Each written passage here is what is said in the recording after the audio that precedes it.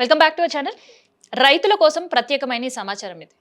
ఎందుకంటే ఈ ఏడాది ఎల్‌నిలో ఇంపాక్ట్ ఉండబోతుందని కేంద్ర వ్యవసాయ శాఖ కావచ్చు, కేంద్ర వాతావరణ శాఖ కావచ్చు హెచ్చరికలు జారీ చేసింది. ఇక రాష్ట్రానికి సంబంధించిన వ్యవసాయ శాఖ, వాతావరణ శాఖ కూడా హెచ్చరికలు జారీ చేసింది రైతులకి. హెచ్చరికలతో పాటు ఖచ్చితంగా పంట మార్పిడి జరగాలి అనేది కూడా విజ్ఞప్తులు చేసింది. పంట మార్పిడి చెయ్యండి, చెయ్యండి, చెయ్యండి అని ప్రభుత్వం చెప్తుంది కానీ అసలు ఏం పంటలు వేయాలి? పంట మార్పిడిలో ఎలాంటి పంటలు పండించాలి అనే దానిపైన ప్రభుత్వం క్లారిటీ ఇవ్వలేదు. అందుకనే ఇప్పటికి కూడా రైతుల్లో ఒక కన్ఫ్యూజన్. అసలు వరే వేయాలా? వరికి బదులు ప్రత్యామ్నాయంగా ఇంకేమైనా వేయాలా? సో వేస్తే ఆ పంట ఎవరు కొంటారు? అండ్ దానికి సంబంధించిన సబ్సిడీ ఎట్లా ఉంటుంది అనే దానిపైన ఎన్నో డౌట్స్. ఇంకొంతమంది రైతులు ఏం చేశారంటే, సరే వాతావరణ శాఖ చెప్తారు, అధికారులు చెప్తారు, కానీ ఎట్లా మార్చాలో చెప్పలేరు కాబట్టి మేము పత్తి ప్రతిసారి పండిస్తామని పత్తి వేసినారు. కానీ ఎల్ నీనో ఇంపాక్ట్ తోటి ఆ పత్తి గింజలు మొలకలు రాక, వర్షం లేక బకెట్లతో పొలాలను తడిపే పరిస్థితి, వాటర్ ట్యాంకర్లతో పొలాలను తడిపే పరిస్థితి. ఇంకొంతమంది వరి వేసి నాట్లకు సిద్ధంగా ఉండి అసలు నాటు వేయాలా వద్దా, నాట్లు వేసి అసలుకి మళ్ళీ నీళ్లు తడికి మడికి తడి తడుకుతుందా లేదా అనేది ఇంకొంతమంది రైతుల సందిగ్ధం. సో అలాంటి రైతుల కోసమే ప్రత్యేకంగా ఈ వీడియో అనమాట. సో అది ఏంటి అనంటే, దాదాపు 33 జిల్లాల్లో ఈ ఏడాది ఎల్‌నిలో ఇంపాక్ట్ కావచ్చు, ఇప్పటి వరకు స్టార్ట్ అయిన వర్షాలు ఇంపాక్ట్తో చూస్తే 18 జిల్లాల్లో చినుకు కూడా రాలేదు. ఇంకా చెప్పాలంటే గత ఏడాది, ఆ పైనేడాది, ఆ పైనేడాది 3 సంవత్సరాలుగా తీసుకుంటే ఈ 18 జిల్లాల్లో చినుకు పడడం చాలా కష్టం. సో చినుకు పడడం అంటే ఏదో తుంపరొచ్చిపోతే అక్కడ రైతులకి గ్రౌండ్ వాటర్‌లో వాటర్ రీచార్జ్ కావు, అవి పొలానికి ఉపయోగపడవు అని చెప్పాలి.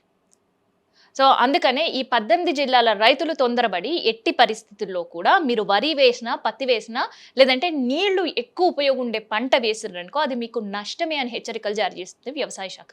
సో అందుకనే ఒక పైలట్ ప్రాజెక్ట్ కూడా స్టార్ట్ చేసింది. సో ఆ పైలట్ ప్రాజెక్ట్ కింద నిజామాబాద్ జిల్లాని తీసుకుంది.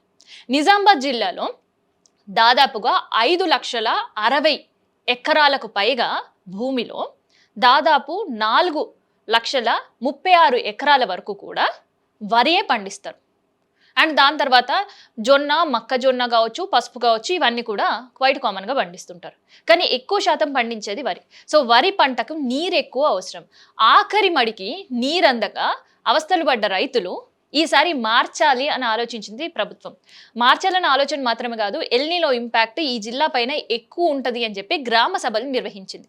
గ్రామ సభలు నిర్వహించి ఈ జిల్లాల్లో రైతులనే ఇంకొక రైతులకి అవగాహన కల్పించడానికి పంట మార్పిడితో పాటు ఏ పంటకి ప్రభుత్వం ఎంత సబ్సిడీ ఇస్తుంది అనే దానిపైన కూడా రైతులకు అవగాహన కార్యక్రమం చేయాలని అనుకుంది. సో దానికోసం 558 మంది రైతులను ఎంపిక చేసింది అండ్ గ్రామ సభలు నిర్వహించింది. సో ఈ గ్రామ సభల్లో వాళ్ళు చెప్పింది ఏంటి అని అంటే, కేవలం 2 నుంచి 3 నెలల్లో పంట చేతికి వచ్చేటట్టు కూరగాయల సాగు వేయమని, అండ్ దాంతోపాటు కొన్ని తీగ కూరగాయలని సాగు చేయమని. సో ఇట్లా కూరగాయల సాగు చేయడం వల్ల ప్రభుత్వం ఎకరానికి 50,000 రూపాయల సబ్సిడీ ఇస్తుంది. అండ్ ఈ పంట కొనే బాధ్యత కూడా వ్యవసాయ శాఖనే తీసుకుంటుంది అని. సో దీనివల్ల పంట మార్పిడి జరుగుతుంది, నీళ్ళ అవసరం తక్కువ ఉంటుంది, రైతుకు లాభం ఎక్కువ అవుతుంది.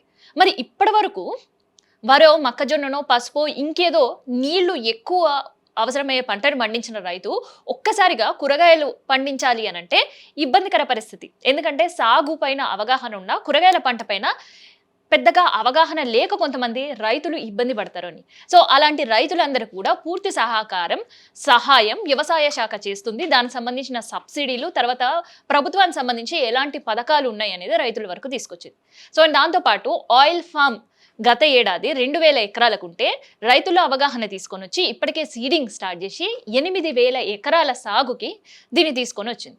సో ఇట్లా కేవలం ప్రభుత్వం చెప్పడం మాత్రమే కాదు, అంటే పంట మార్పిడి చేయండి, పంట మార్పిడి వల్ల నీళ్లు తక్కువ ఉపయోగపడే పంటను ఉపయోగించండి, సో దానివల్ల ఎల్‌నినో ఎఫెక్ట్ నుంచి రక్షణ ఉంటుంది, మీకు మీ పంటకి ఆర్థికంగా కూడా మీకు ఇబ్బంది కలగకుండా ఉంటుంది అని మాటలు చెప్పడంతో పాటు ఇట్లా నిజామాబాద్ జిల్లానే ఒక పైలట్ ప్రాజెక్ట్ కింద తీసుకున్నారు. కాబట్టి మిగతా జిల్లాలో కూడా ఇలాంటి పరిస్థితులే ప్రభుత్వం తొందరగా తీసుకుంటే రైతులు సాగు పనిలో బిజీ అయ్యే అవకాశం ఉంటుంది.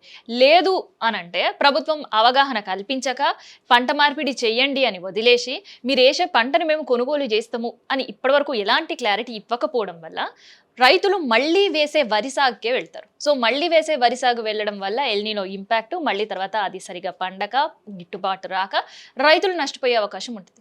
సో కేవలం నిజామాబాద్ జిల్లాలో మాత్రమే కాకుండా మిగతా జిల్లాల్లో కూడా ఇలాంటి ప్రాజెక్ట్‌నే స్టార్ట్ చేయాలి అని రైతులు కోరుకుంటున్నారు. మరి నిజంగా నిజామాబాద్ జిల్లాకు మాత్రమే పరిమితం చేస్తారా? లేదంటే మిగతా జిల్లాల్లో కూడా ఇది కొనసాగిస్తారా అనేది చూద్దాం.